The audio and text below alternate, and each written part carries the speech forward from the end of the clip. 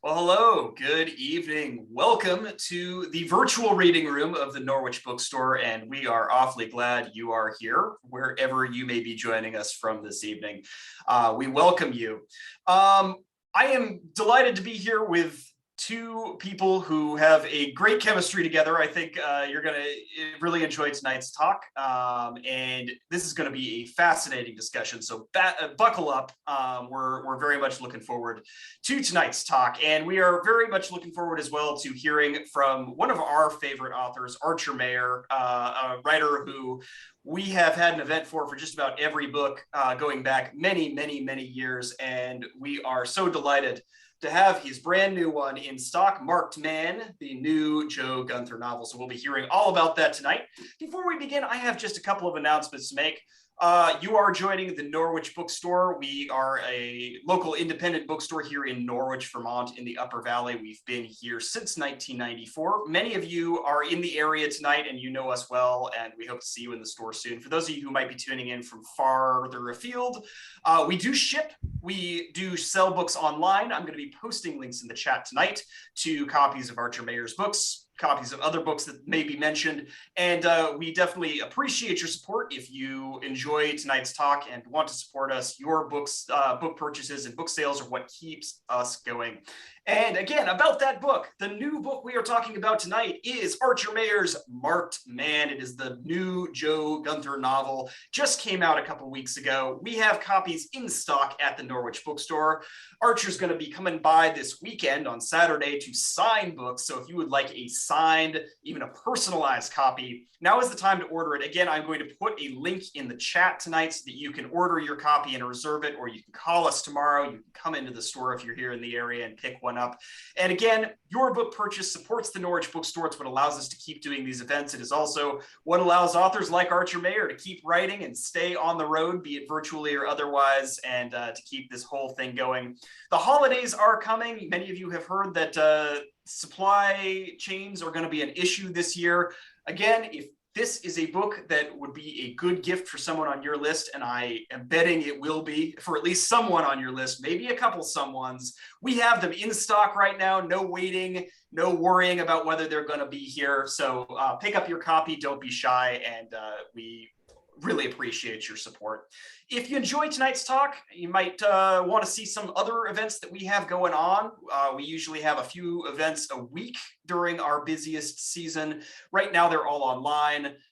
In the future, they will be back in the store. In any case, you can hear about those by following us on social media, by signing up for our email newsletter. There's a link to do that on our website. Or you can just come on into the store and check out what we've got going on. If you're in the area, we'd love to see you. And either way, we hope we'll see you back at one of these events. Now, tonight, we're going to talk for about 45 minutes, and then we are going to do some Q&A. You can put your questions into the chat bar, or you can put them into the Q&A module, which you'll find at the bottom of your screen. Either way, I will see your questions there. And at the end of the evening, we will get to as many as we can. Thank you so much in advance for your questions. This crowd always has excellent questions. I always look forward to hearing from folks who are out there. And now, without further ado, no one is here to hear me tonight, and I am thrilled to introduce the guys you are here to see.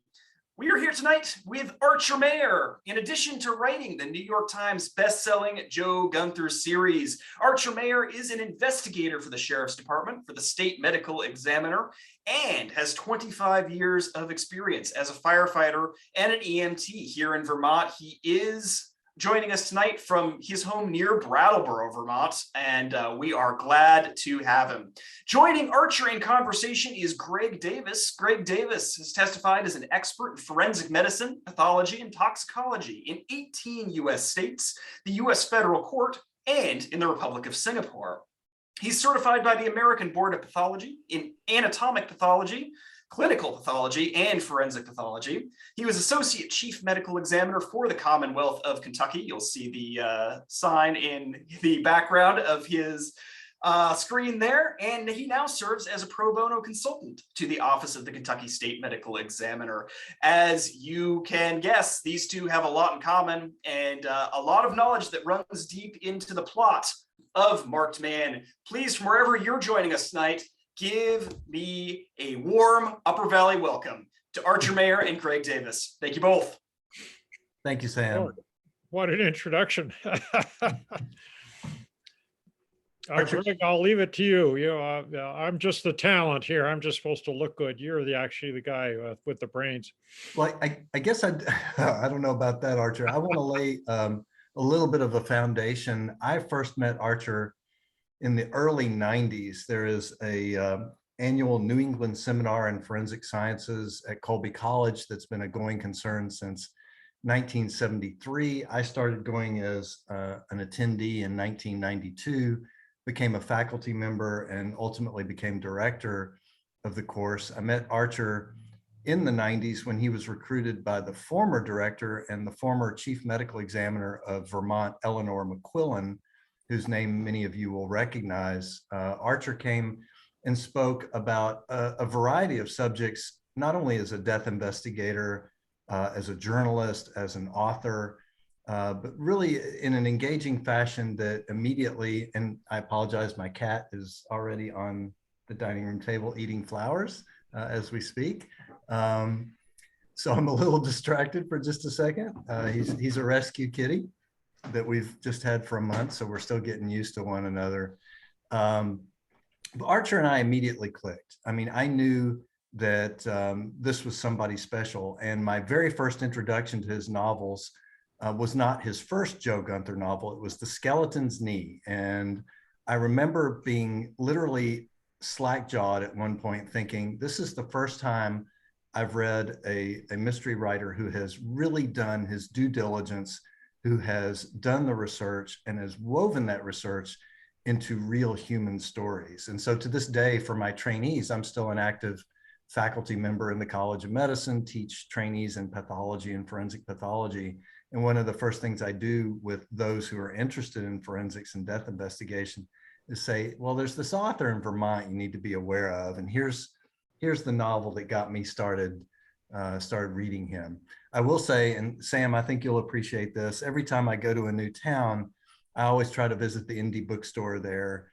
And I always scan, whether it's in New York City or Seattle at Elliott Bay Book Company or Nashville at Parnassus Books, the first thing I do is go to the mystery section, make sure they have Archer's novels. And if they don't, try to, as non-obnoxiously as possible, go to the bookseller and say, hey, I have no financial interest in this. I just want you to know about this writer who you really need to be carrying because he does the right thing.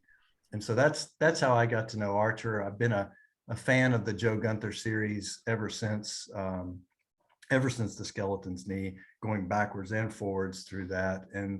And full disclosure, Archer is also a dear friend. I mean, for those of you that have heard him speak, I think, and I don't mean to embarrass you in any way, Archer, he exudes not only an erudition and an experience with death investigation, but just a warmth and an acceptance and an engagement with the human spirit that we don't often see in, again, no embarrassment, famous writers. He's just the real deal. And that's kind of my introduction to Archer. And I'm super excited. I'm always excited when a new Archer book comes out. Can I tell the story about Bellows Falls? Oh, good Lord, of course. So one of Archer's Joe Gunther novels is called Bellows Falls, and I've been a pro bono consultant to Archer on forensic matters now and then. And one of the kind things he did, totally unexpected, was to name a character in that novel, Sergeant Greg Davis of the Bellows Falls Police Department, after me. And my children, who are also big Archer Mayer fans, they're all fully grown. They range in age from 38 down to 30. The middle one, who's an attorney, read Bellows Falls, and she called me up and she said, "I'm so disappointed he didn't kill you off." So no spoilers, but anyway. But I would love to hear from you, Archer, a little bit, maybe a thumbnail sketch about Marked Man and where it lies within the Joe Gunther pantheon. Well, every book I write, I try to do a standalone novel. I guess a long time ago, I wrote a book that in the series, it might have been, The Skeleton Knee for that matter, which was very widely received. And some editor, whose name I thankfully forget, said, oh, well, that was great. Just do that again. I was completely horrified by that. I would far sooner with every one of, and Mark Mann is number 32 in the series. So every single time in that sequence, I have far preferred to run the risk of failure by writing in a completely new book than by imitating myself. So if I hit it out of the ballpark and people say, wow, how'd you do that? That was just great. I pay no attention to that. I don't, in fact, I sort of close it off from my mind what it was I just did. And the reason for that is that every book that I write, I want to write from the double outboard motors, if you will, of ignorance and curiosity. I want to write about what I don't know about, and I want to write about what I'm curious about, and what I hope to share with my readers. So I'll stumble and lurch and run the risk of looking stupid and ill-informed, especially when I interview people for these books. And I continue to interview 20, 30 people per book in that pursuit. So Marked Man, well, there were actually a variety of incentives or stimuli. One of them was pure and simple, the times in which we live. There is a lot of, shall we say, ill-considered behavior going on in our midst, from above and below and from all quarters. And I'm not one on stepping on a soapbox and wagging my finger and sounding professorial to the worst side of that cliche. But if I can invoke a world in which the reader inhabits, then so much the better, because of my sort of quasi obsession with the fact that my readers are my co-storytellers. So I have to portray a world they can embrace, they can take from me and turn into their own story.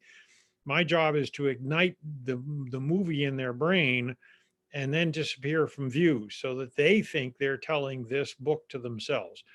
Along those lines, if we live in sort of quirky times, shall I say, I'm trying to be diplomatic here, then I want to at least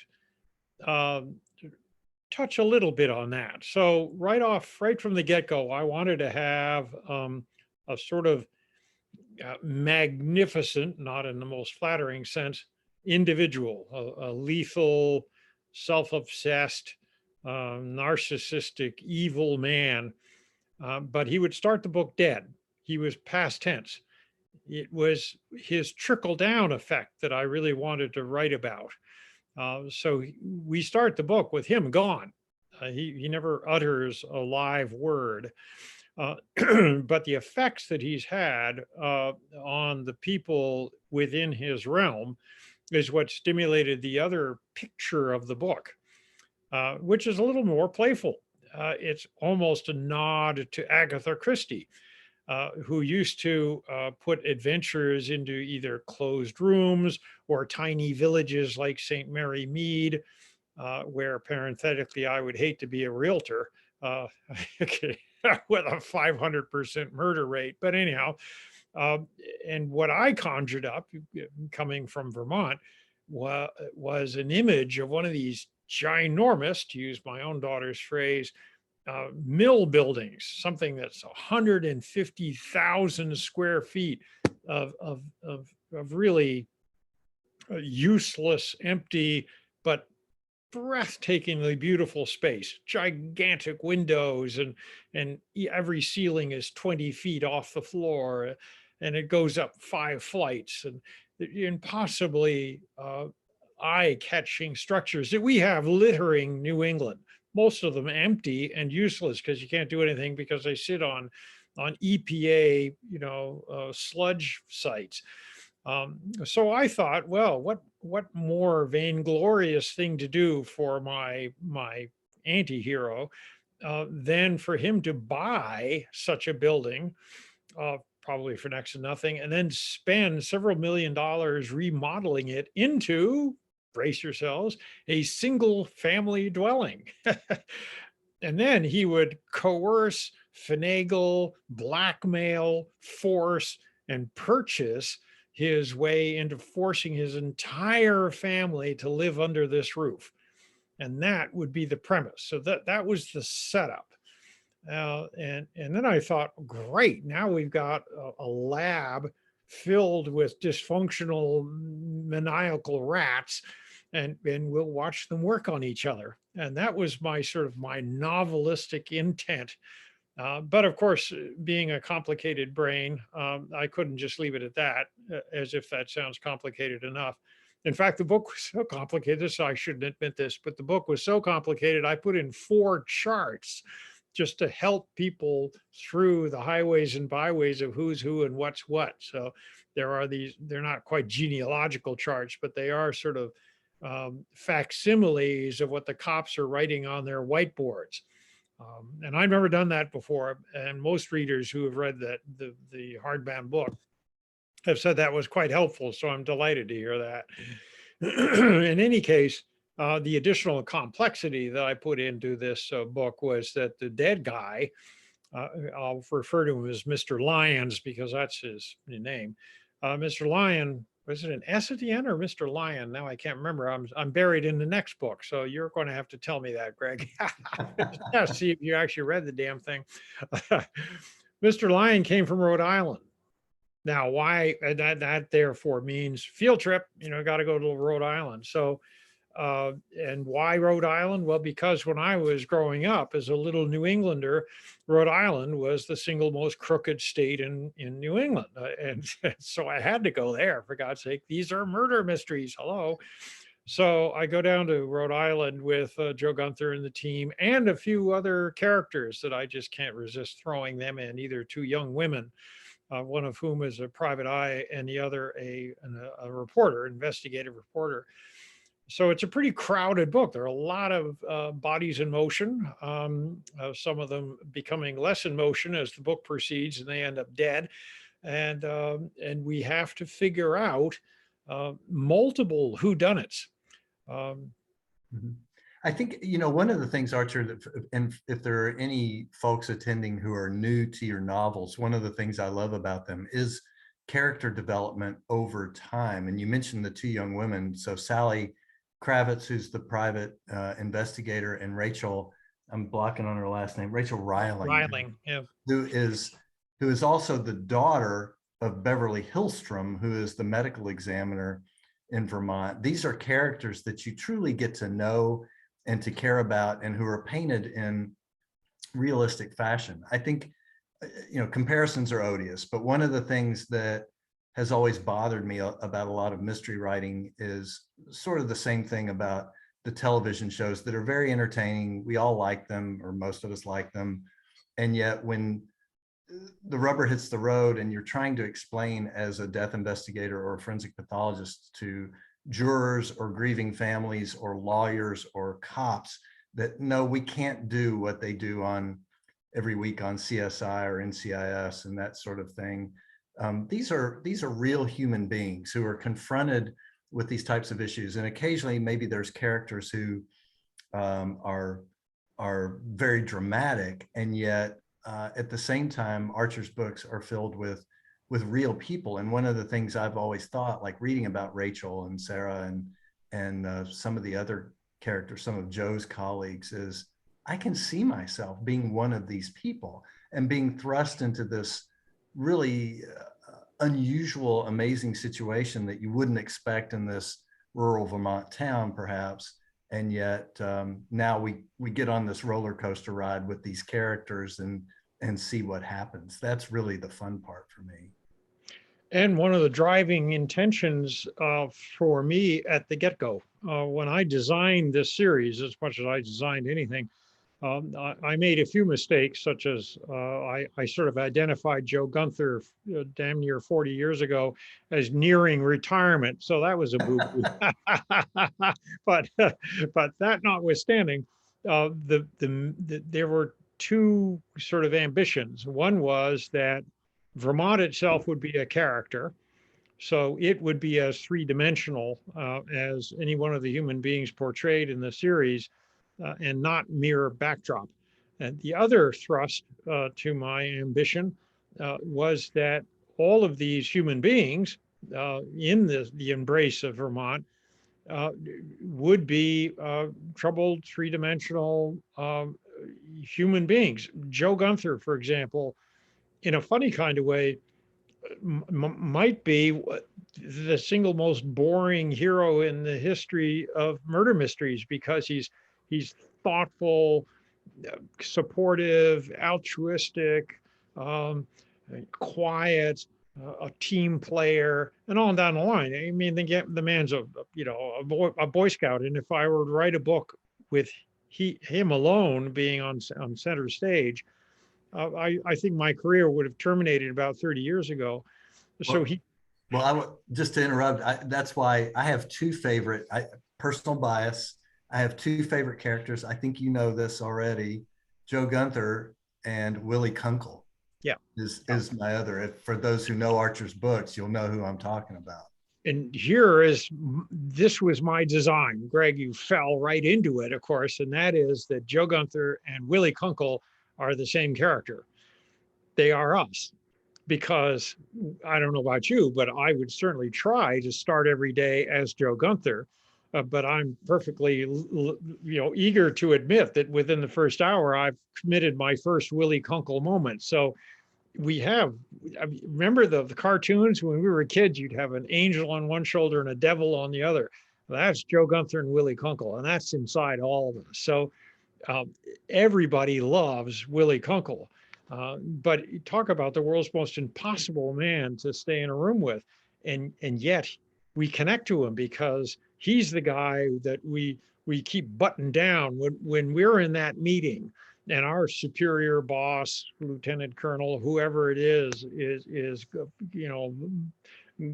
issuing forth. Our Willie is exploding inside our heads, but we keep our mouths shut because we don't want to get fired. But we know he's there. I mean, he is fulminating in solitude. And I knew that from the get-go. So it allowed me to have Joe Gunther because I had Willie Kunkel. Yeah, sometimes in a faculty meeting, I may be surreptitiously texting to my fellow Willie Kunkels. Yes, talking about what's going on. Precisely right. So, and therefore down the line, every character I bring in, and the other trick that I do is if I bring in a character, I try to develop them. I try to make that linkage with the reader, even if I just immediately thereafter knock them off. I mean, I've rarely made my wife angrier, and my daughter Elizabeth more upset than when I developed a character in Trace. I think it was. I'm not positive about that, and then I knocked her off.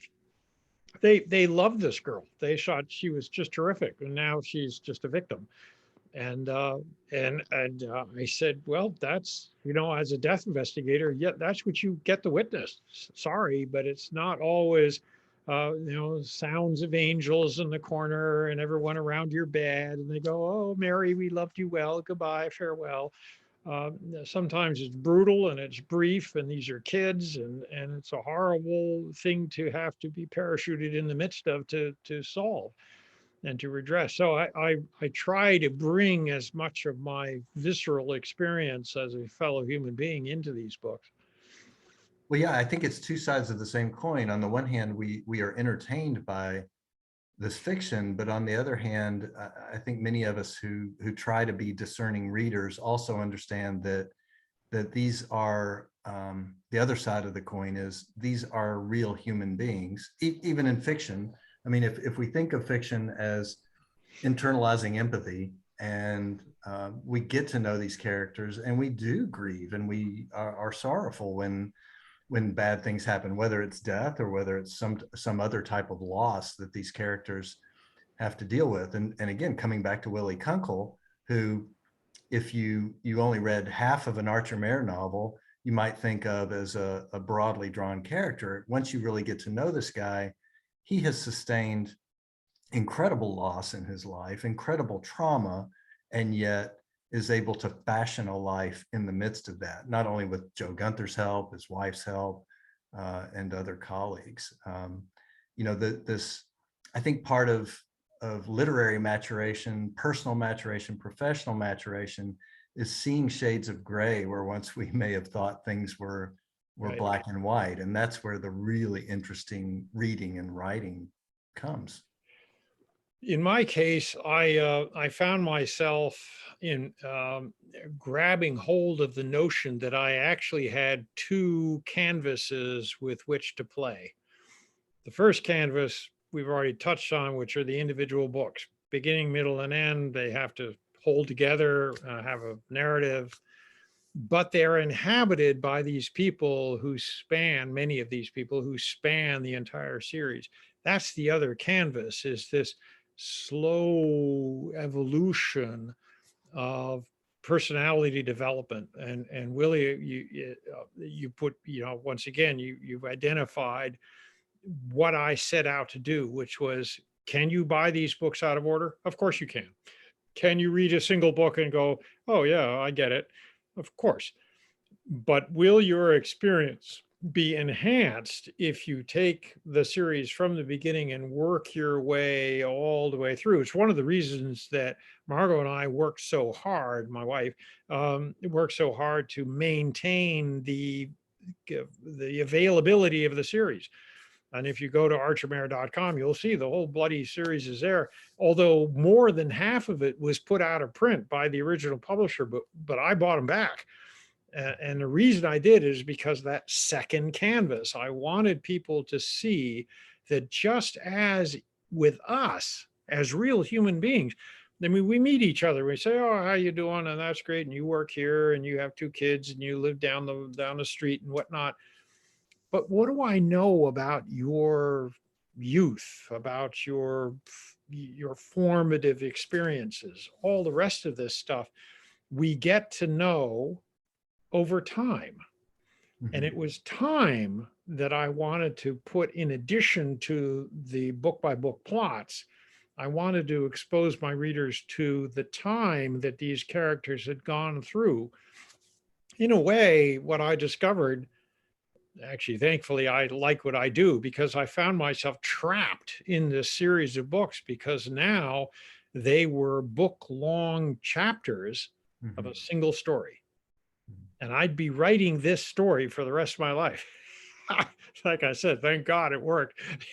but that was why, because I all of a sudden realized I was doing a diary of us, we fellow human beings. Joe Gunther was chosen, that name was chosen because it was the most boring name I could think of. I want to ask you a question, and I'm hesitant to do this, Archer, because I know this is a question that every author absolutely loathes with every fiber of their being. And so I want to approach it from a slight angle. Obviously, I don't want to ask, how much is personal experience, how much is something that you wring from your imagination. But I've always been fascinated by the character of Beverly Hillstrom, who is the medical examiner of Vermont. And you and I were both privileged to know the former chief medical examiner, Eleanor McQuillan, who was a very strong, pioneering woman in forensic pathology, to whom both of us owe a great deal professionally. And it was just a wonderful thing to get to know her over the years. Is there a little bit of Eleanor in Beverly, the character as the medical? Sure there is. Of course there is. And of my mother and my sisters and my daughter. Once I had my daughter, and she started to grow up, because obviously she sort of came along after the books were started. But Eleanor, first, just for those who didn't know Eleanor was knee-high to a grasshopper. Eleanor was so short, good small Irish stock, that I literally have a photograph, or had, I don't know where it is anymore, but I had a photograph of her standing on a stool in order to conduct an autopsy. She couldn't reach the table like the rest of us could because she was so little. But what a forceful personality. Holy smokes. I mean, when Eleanor McQuillan, who, just like in the movies, all the commanders, lieutenants, captains, chiefs of police, they all hit the road and solve the crime. In the real world, they're behind their desks. I'm sorry, but they don't go out. Eleanor went out, and she would get into her Mercedes-Benz, dark blue Mercedes-Benz with the license plate Quincy. And she would hit the road, and detectives and investigators would be stunned when this vehicle pulled up in the middle of the night and tiny Eleanor walked out. And as soon as people keyed to her being on the scene, they kind of went, okay, clean up your act, do it by the numbers, because she took no crap from anybody. She opened up her trunk, she put on her mucklucks and her LL Bean boots, and she wandered into the woods of the muck or the mud along with the rest of us. And it was exquisitely intellectual, inquisitive, insightful, helpful. She wasn't a bully in the least, but she absolutely did not tolerate sloppiness or carelessness or any of that. And that's Beverly Hillstrom. And Yeah, indeed, in the very first book, which was open season, I gave an inscribed copy to Eleanor, and I said, from one tall, leggy blonde to another, because none of that applied. And she loved it. And she was a big fan until the day she died. She had that perfect mix of, and I hope I'm allowed to say this as a Kentuckian, flinty New Englander, but also warm, capable of great warmth. And one of the reasons you and I became great friends is Eleanor was very supportive of me becoming a faculty member at Colby, coming back every year, which laid the groundwork for us to be able to meet and get to know one another. Yeah.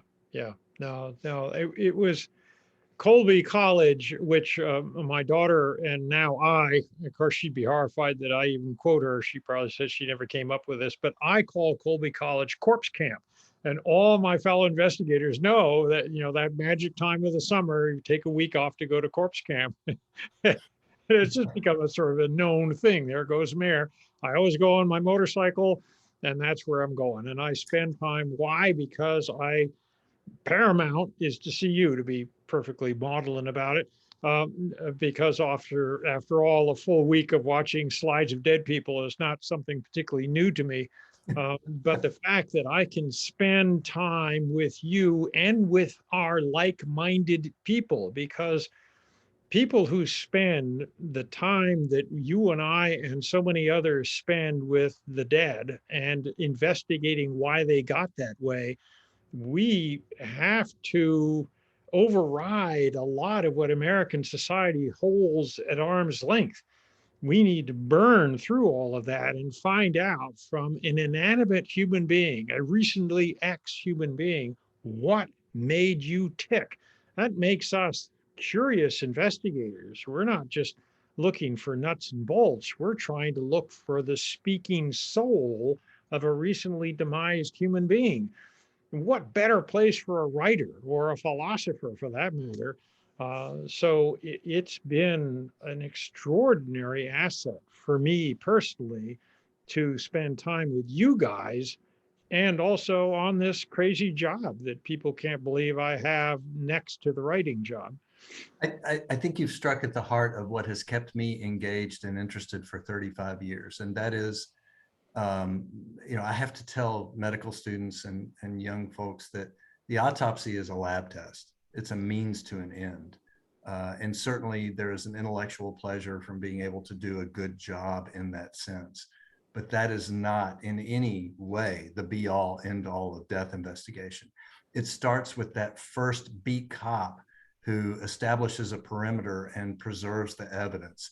It starts with a detective who is open enough to challenge herself with theories that may not fit what the cops originally think. And sometimes the forensic pathologist is a major part of the case. Sometimes he or she is just a small link in the chain. But what it really comes down to is that story of the individual, of how they ended up where they were, who maybe helped them along their way, which sometimes a medical examiner really doesn't have any part of determining. It's that after all is said and done, it's really the shoe leather of people like Joe Gunther, Willie Kunkel, and their colleagues, more often than not, that solve cases. The medical examiner is just a link in that chain. Yeah. No, it's a rich fabric, and I couldn't be more grateful to be a part of it. Thank God I found myself a niche where there's really no retirement age or date or anything. I mean, as long as I can pick up my case and head out the door because my pager went off, I'm good to go. Well, the other thing I was going to say too is all stereotypes aside, I think one of two things happens to a lot of death investigators and forensic pathologists is either they become burned out fairly quickly and become ineffectual or find another job, or they hit that sweet spot of realizing, was it Oscar Wilde that said a mark of civilization is being able to hold diametrically opposed thoughts in your head at the same time and not go crazy? I know I'm paraphrasing, but you realize just how fragile we are as human beings and how tough we are as human beings. Yes. And the cops and detectives and medical examiners that I've chosen to hang out with throughout my career are seemingly paradoxically some of the most cheerful people you will ever meet. Yes. As we are fond of saying, every day above ground is a victory. Yeah. And open-hearted and open-minded. I mean, that's one of the beauties, is that when I go to a scene, and funnily enough, I was at one this morning, so I'm dealing from fresh stuff. The people with whom I interact, and this includes the family, the bystanders, the non-affiliated folks, the sufferers, if you will, of this loss. Everybody has got something to offer if you open yourself to it. So the cops and the investigators who don't cut it oftentimes are the ones who won't open themselves to vulnerability, to error, to perhaps looking foolish, to admitting ignorance. And that's where you hit gold. That's where you gain insight into solving this fundamental problem as to what deaded the dead guy. And so you walk in embracing rather than walk in, as a lot of people in this profession do, which is, shut down and in uniform and just a fax ma'am, that dragnet approach. And I always try to, believe it or not, I'll always try to bring levity, a little humor, make people smile. Well, for one thing, I'm trying to de-escalate some of the tension in the air, but there's a subversion. I'm an investigator. I'm trying to find out stuff. And what better way to disarm someone than by relaxing them and making them feel that you're on their side? Yeah, there's a statement literally chiseled in stone above the First Avenue office of the chief medical examiner in New York that I vehemently disagree with the first two sentences of, and it's an old saying in forensics: let conversation cease, let laughter flee. This is where death delights to help the living. It's in Latin. And I've always said, no, conversation should flourish, and appropriate laughter, as long as it's not directed at the decedent, because they can't fight back. Right. But if Archer as the investigator and I as the pathologist choose to rib one another and engage in humor, of course it's a defense mechanism. It's a way of coping. It's a way of getting through the day. And I do have to tell a quick story on myself that upends stereotypes vis-a-vis cops and physicians. Early in my career, I was doing an autopsy on a brutally murdered victim, and a Lexington Kentucky police detective, retired as a commander, now has a wonderful podcast called the Murder Police Podcast. Davy Lyons, Lyons, Archer, Davy Lyons. And but I was muttering under my breath, using epithets about the perpetrator of a certain crime. And this detective pulls me aside and he says, "You're right, but let me tell you a little bit about the victim who I knew. And let me tell you a little bit about the perpetrator who I've known for 20 years too, as a beat cop and now a detective."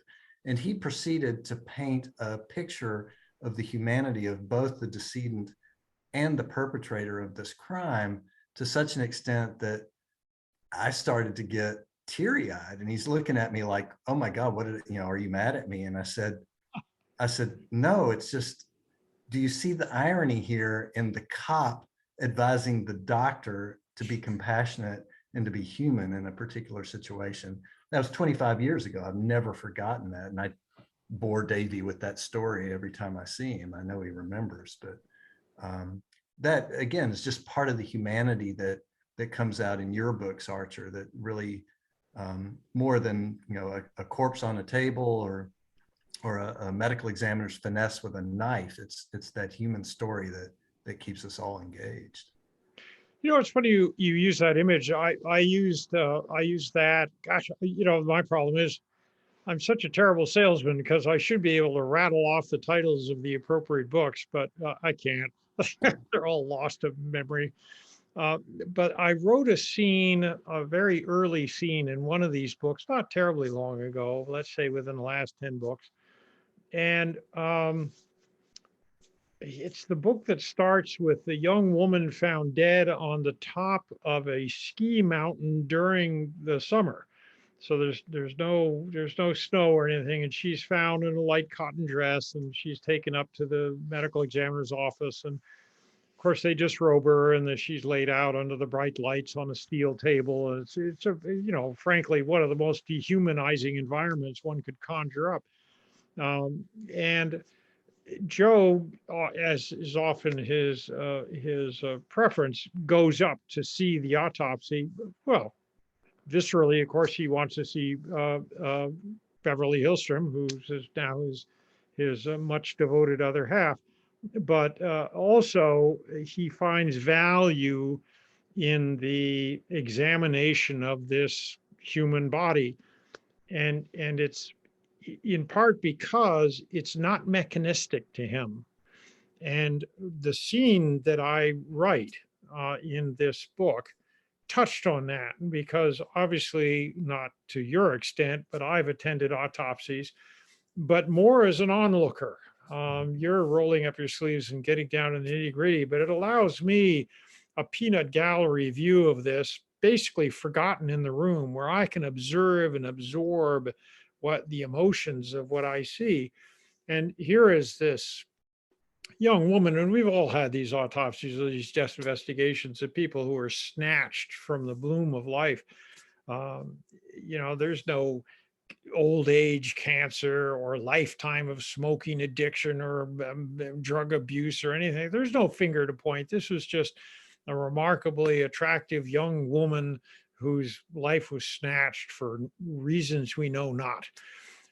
And so I have Joe watching the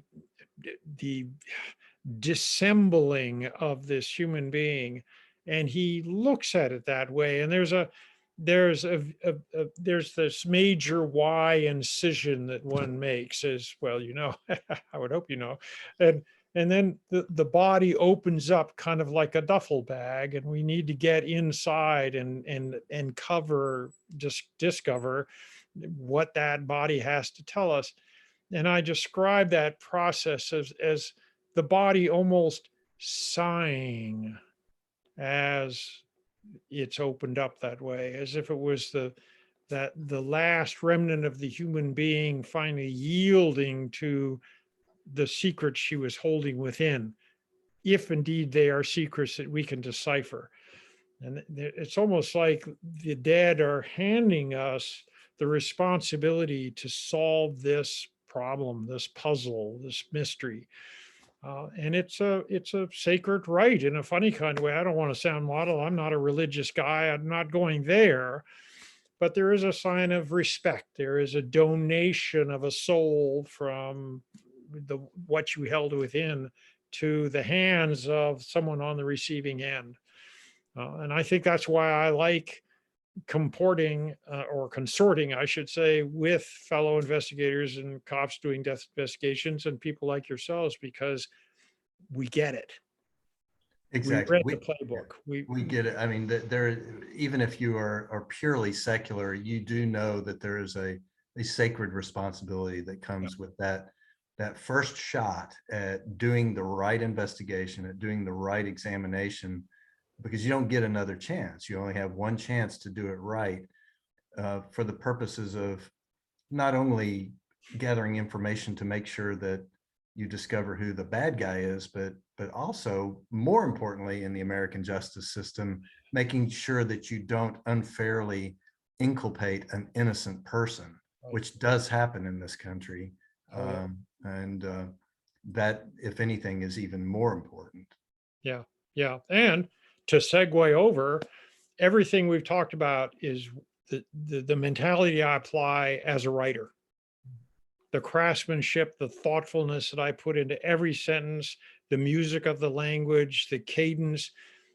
Yes, I'm telling a story with a beginning, a middle, and an end, a car chase, a dead guy, whatever. But I also want to encourage the readers not just to take possession of the story as if they own it, but I also want to occasionally, if I interrupt, I want to interrupt with grace. And so if the reader can all of a sudden pause and ask her, say to herself, oh my gosh, that was well written. I kind of go, yes, because they didn't see me, but they did hear me in the background. It's kind of like, the fifth violin way back in the orchestra, all of a sudden hitting a sweet note, and you go, that was pretty. And that's the responsibility I bring as a writer, just, paralleling what we were just touching on as investigators. So it makes sense why I do both jobs and love both jobs. And that love is palpable. I mean, as you become immersed in Archer's books, as you get immersed in that story, and you pause for a moment to take that sip of coffee or tea, or maybe even a wee dram, you really do see that love of storytelling coming out in your books. It's one of the reasons I keep coming back again and again. Wow, thank you, Greg. I really appreciate it. Now, I guess, Sam, are there questions that folks might want to ask Archer or me, or discussion points? Hello. Thank you. Didn't want to squeeze you out. No, and as a reminder to folks, definitely put questions in the chat or in the Q&A box. It's at the bottom of your screen. We would love to hear from you. And while we get those coming in, Archer, it sounds like you do a lot of research for your books.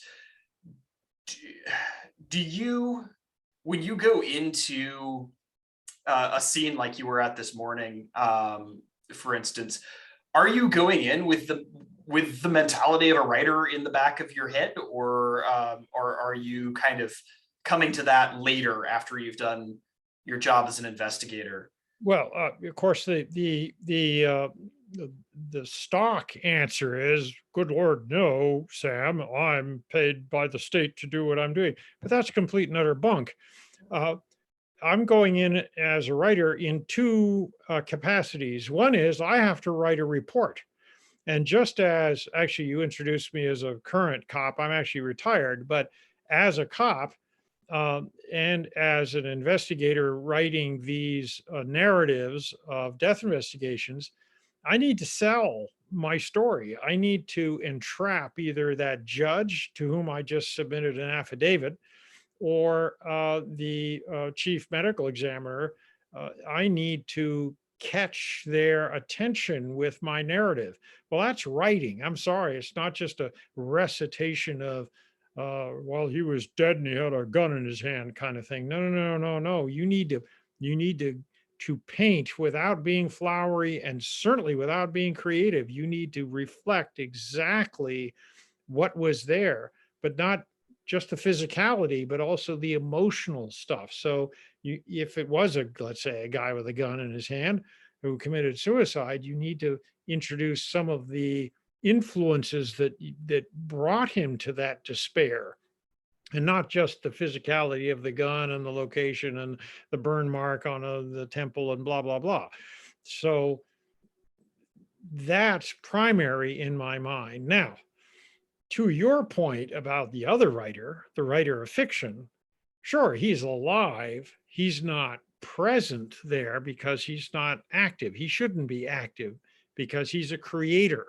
I don't want to create, not here and now. I want to observe and then create a factual narrative. But if I didn't bring the creative guy along with me, A, I couldn't do that first job, but B, I'd be an idiot. Why would I expose myself to all of these scenarios and willfully shut them out when it came time to writing novels? And let's not forget, there's one last aspect to all of this.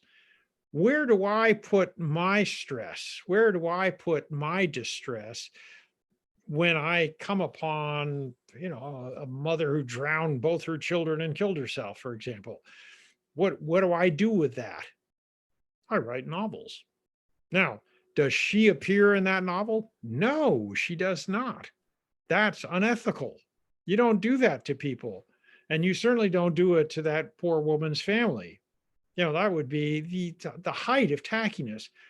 But the emotions that you visited, the tangled web of psychological chaos that yielded to that outcome, that's raw material. That's the stuff that I try to absorb. I don't take notes. I don't get that technical about it. I just let it soak in. And it gives me an outlet, more importantly, if and when I get a little stressed out or I feel a little exhausted. I mean, I've had, for example, over the last 10 days, I've had 10 investigations. So I'm tired. I've been running a lot. Each investigation takes 4 to 6 hours. Where do I park that stuff? I write. And what do I write about? Us. And that's the us that I visit in my other realms. So these are extraordinarily symbiotic and sympathetic. It's one of the things that is my favorite part of Colby, is talking with Archer about this over the years. And, I'm someone who's always maintained that whether you want to call it therapy or debriefing or counseling, however you want to phrase it, anybody involved in this business, and frankly, anybody who is a thinking, feeling human being, needs that at some point in their life. And whether that therapy is writing or, as I've done in the past, consult with a counselor, we need to recognize that humanity. And again, not to be a broken record, but one of the reasons I love Archer's books is these are human characters. They're not supermen. They don't get hit in the head and immediately wake up and solve the crime, that sort of thing. These are real people. And Barbara, thank you for your suggestion. We are definitely making sure that he does not eat poisonous plants. So thank you. I didn't even see that. Yeah, Remember what I said about walking and chewing? I didn't even see Barbara's comment. Great comment in the chat. Yeah, definitely something you always have to be watching. And another great comment in the chat from Susan. Just not a question, just an appreciation. Susan says she really appreciates how you capture Vermont in these novels, and I think that lots of people do feel that way. I get that a lot talking to folks about your novels, Archer. So good on you. And another comment, some of the chat saying love your books and read them in hodgepodge fashion. They get a lot from used bookstores. It's one of those great things that you can do that with these books. We did have a question from Judith in the Q&A that we could touch on real quickly. You guys talked a lot about compassion tonight and the kind of the human element to investigations and this kind of work. And Judith wondered if you had any comments on some of the conversations we've been having around law enforcement in the past year, some of the struggles certain communities, especially minority communities, have had for a long time with law enforcement, and whether that plays into the things you think about when you're conducting your investigations or the books that you write. Am I sensitive to it? Absolutely. Am I very careful when I'm at a scene? Absolutely. However, it's a no-brainer that Vermont is one of the whitest and you know, sort of monochromatic states in the Union. So I don't have the kind of exposure to the variety that this species has to offer, as you might, for example, in Newark or New York or Boston or Hawaii or San Francisco. So that diversity is missing from my books, and it's missing from my life. So I have to admit that while I've been well trained by my daughter and other members of my family to keep my eyes open, my mouth shut, and my heart open. Um, I don't. The one thing that the Joe Gunther books probably don't represent is that degree of rainbow coloration, if you might say, just because I write about Vermont, and Vermont is not that diversified. I don't know if that directly answers the inquiry. It's something we certainly think about in our work all the time. I'm from Kentucky. Breonna Taylor was murdered in Louisville, just 75 miles west of here. It is a constant focus of conversation. I will say that the police officers and detectives that I work with who get it are a balm for the soul. I do occasionally encounter those who are resistant to change, and about change, if we mean keeping that open heart and that open mind. I think one of the issues, and this is probably far beyond the scope of this discussion, but as an educator, we certainly need better training. We need to not swear in cops after 17 weeks of the academy, as opposed to the way certain Western European countries do, which is have a couple of years of training. We as a nation, I can't speak for Vermont, or the nation, but we as a nation need to do much better. Not that physicians know every answer, but I'm just speaking as a regular Joe citizen at this point. Well, and I mean, I'm a graduate of the academy, of the police academy up here. Vermont only has one police academy. Everybody goes to it.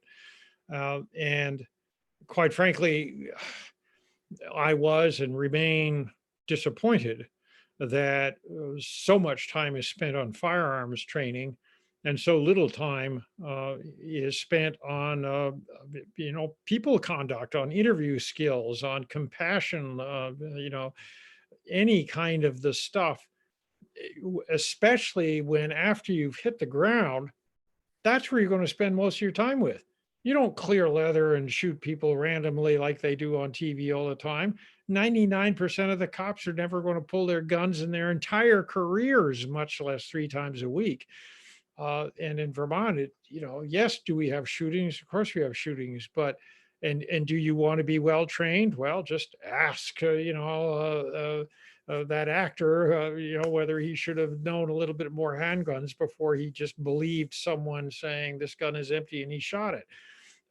You know, yes, so we all have exquisite training, but we should have, it shouldn't be the tail that wags the dog. And unfortunately, I think it really still is, even in a soft and squishy, sensitive place like Vermont, we're not getting that message. And I think it should be fixed. I think the broad analog in my world is I tell pre-medical students that I advise, I'm going to vomit if I read one more essay, personal statement that says, I've always been interested in the human body. We're all human beings. Who's not interested in the human body? Tell me that you're interested in people. And I think the analogy holds if we're talking about somebody who's applying for police work, or running a bookstore, Sam, or being a physician, is that if you're interested in people, you're probably going to do okay and not be a burnout case. But if you're getting into it so that you can flex your muscles and carry a gun, or drink coffee at the nurse's station, you know, you're going to burn out really quick. That's not going to sustain you throughout your career. It's amazing the number of different walks of life that being open of heart and interested in people is really the requirement. I've got and thank you both for that, for all of that. That was encouraging to hear. Barbara says, Archer, can't wait to read this. My native Vermonter mom loves your books too, and wants to know, how is Joe's brother doing? Oh, yeah, good question. There's another case of my creating a character that I dearly love, but will we ever see him again? You know, I'm the last one to know, because they come on stage pretty much unbidden by me. They you know, I turn around and there they are. So I've been sort of missing Leo. Leo is the brother of Joe, and he's a butcher up in sort of mid state Vermont. And he's I once described him as shaking your hand with one hand and feeling your arm for the marbling in the other, because he's a butcher after all. He's got to check you out. And he's a lovely guy, and he lives with their mother. They cohabit the old family farm on which Joe was brought up. And I love Mom. Of course, if Joe's 90, Mom's got to be 100. I mean, she's challenging Moses, for God's sake. But I don't know whether I'll see them again. I'm sorry, Barbara, but curiously, I'm the last one to ask. You know, keep reading, Barbara.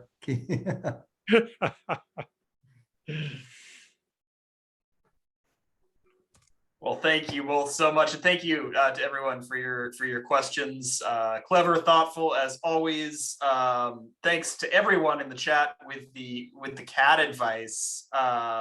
Really love to see that. I spent a couple of hours at a vet clinic this week with totally fine but troublesome cat, so I definitely can sympathize as well. Keep watching that, and thank you for everybody putting that out, and great comments here. Sam, thank you for being an independent bookseller. We need that. Thank you, and thanks to all of you for your support. And Ralph says, looking forward. Introduced through a little free library, and gotten through the first 25 pages of Tag Man. Looking forward to more. And Barbara says that my mom had the same control center around her chair as you described Joe's mom having, so a connection there as well. And thank you so much to everyone tonight for attending. Again, the new book, the new Archer Mayer novel is Marked Man. It is number 32 in the Joe Gunther series. And so many of you out there clearly waiting for more. So Archer, I sure hope there's another one on the way as well after that. There is. I'm editing it right now. Oh, excellent. Something to look forward to. Thank you again for writing these books, for doing these events, and thank you to Greg Davis as well. This is a wonderful conversation. Again, we're going to soon have signed copies of Marked Man by Archer Mayer. Archer's going to come by and sign for us this Saturday. So if you would love a copy of this book, if you'd like to pick up a couple, there's a link in the chat. You can order copies. We can have them available for porch pickup. We can ship them to you. We can put them on hold at the store. And we thank you again for your support. Archer Mayer, thank you so much. Greg Davis, thank you for joining us. And to all of you out there, be safe, do good work, read good books, keep your hearts open, and we'll see you next time. Thanks so much, everybody. Thank you, Archer. Thank you, Greg. Thanks, Archer. Take care. You too. Bye-bye.